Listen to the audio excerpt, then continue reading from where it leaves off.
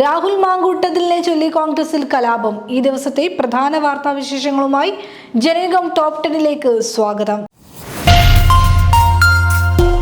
ലൈംഗിക ആരോപണം നേരിടുന്ന പാലക്കാട് MLA രാഹുൽ മാങ്കൂട്ടത്തിലിനെ ചൊല്ലി കോൺഗ്രസിൽ കലാപം. രാഹുലിനെ അനുകൂലിച്ചുള്ള KPCC മുൻ അധ്യക്ഷൻ K സുധാകരന്റെ നിലപാടിനെ തള്ളി K മുരളീധരൻ രംഗത്തെത്തി. രാഹുൽ നിലവിൽ സസ്പെൻഷനിലാണ്. പാർട്ടി പരിപാടികളിൽ പങ്കെടുക്കാനോ നേതാക്കളുമായി വേദി പങ്കിടാനോ രാഹുലിന് അനുമതിയില്ലെന്ന് മുരളീധരൻ പറഞ്ഞു. എന്നാൽ രാഹുലിനെ സസ്പെൻഡ് ചെയ്യാനുള്ള തീരുമാനം അറിഞ്ഞിട്ടില്ലെന്നും തീരുമാനമെടുത്ത യോഗത്തിൽ താൻ പങ്കെടുത്തില്ലെന്നും K സുധാകരൻ പറഞ്ഞു. രാഹുൽ നന്നാവണമെന്നും പാർട്ടിയിൽ സജീവമാകണമെന്നും K സുധാകരൻ കൂട്ടിച്ചേർത്തു.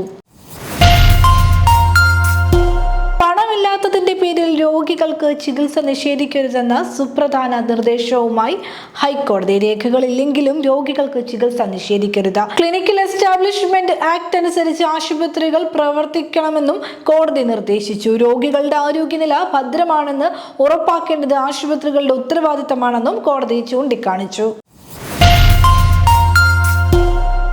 യാത്രക്കാരുടെ ഭക്ഷണത്തിൽ ഹലാൽ മാംസം വിളമ്പുന്നതിനെതിരെ റെയിൽവേ ബോർഡിന് നോട്ടീസ് അയച്ച് ദേശീയ മനുഷ്യാവകാശ കമ്മീഷൻ. ട്രെയിനുകളിൽ ഹലാൽ മാംസം മാത്രം വിളമ്പുന്നത് മതത്തിന്റെയോ ജാതിയുടെയോ അടിസ്ഥാനത്തിലുള്ള വിവേചനമാണെന്ന് ദേശീയ മനുഷ്യാവകാശ കമ്മീഷൻ നോട്ടീസിൽ പറയുന്നു.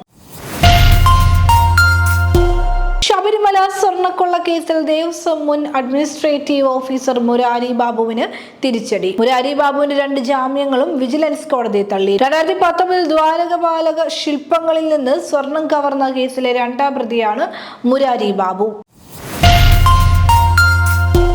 റാവൽപിണ്ടിയിലെ ജയിലിൽ കഴിയുന്ന മുൻ പാക് പ്രധാനമന്ത്രി ഇമ്രാൻഖാൻ കൊല്ലപ്പെട്ടെന്ന അഭ്യൂഹം ശക്തമാകുന്നു. ഇമ്രാൻഖാൻ ജയിലിനുള്ളിൽ മരണപ്പെട്ടെന്ന വാർത്തകൾ പ്രചരിച്ചതോടെ പാകിസ്ഥാനിൽ വീണ്ടും രാഷ്ട്രീയ പ്രതിസന്ധി ഉടലെടുത്തു. എന്നാൽ വാർത്തകൾ സംബന്ധിച്ച ഔദ്യോഗിക വിശദീകരണം അധികൃതർ പുറത്തുവിട്ടിട്ടില്ല.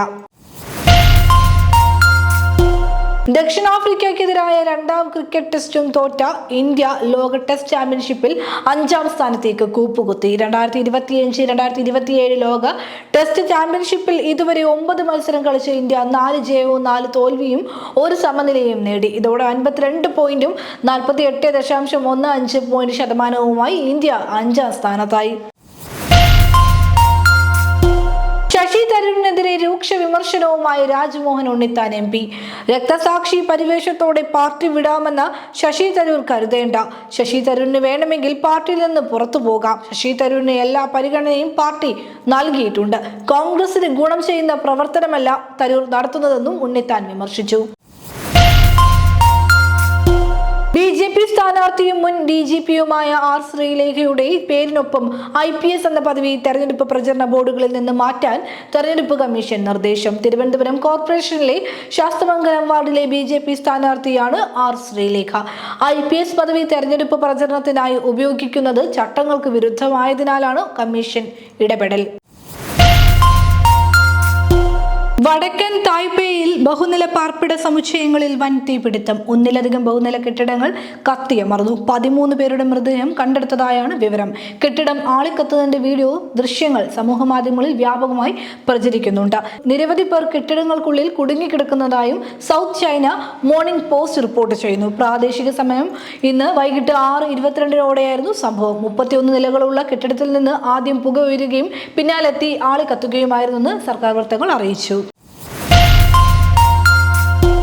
സംസ്ഥാനത്ത് ഇന്നും ശക്തമായ മഴയ്ക്ക് സാധ്യത. തെക്കൻ ജില്ലകളിൽ ഒറ്റപ്പെട്ട കനത്ത മഴയ്ക്ക് സാധ്യതയുണ്ട്. നിലവിൽ തിരുവനന്തപുരം, കൊല്ലം, പത്തനംതിട്ട എന്നീ ജില്ലകളിൽ യെല്ലോ അലർട്ടാണ്. കേരള, ലക്ഷദ്വീപ് തീരങ്ങളിൽ ശനിയാഴ്ച വരെ മത്സ്യബന്ധനത്തിന് വിലക്കുണ്ട്.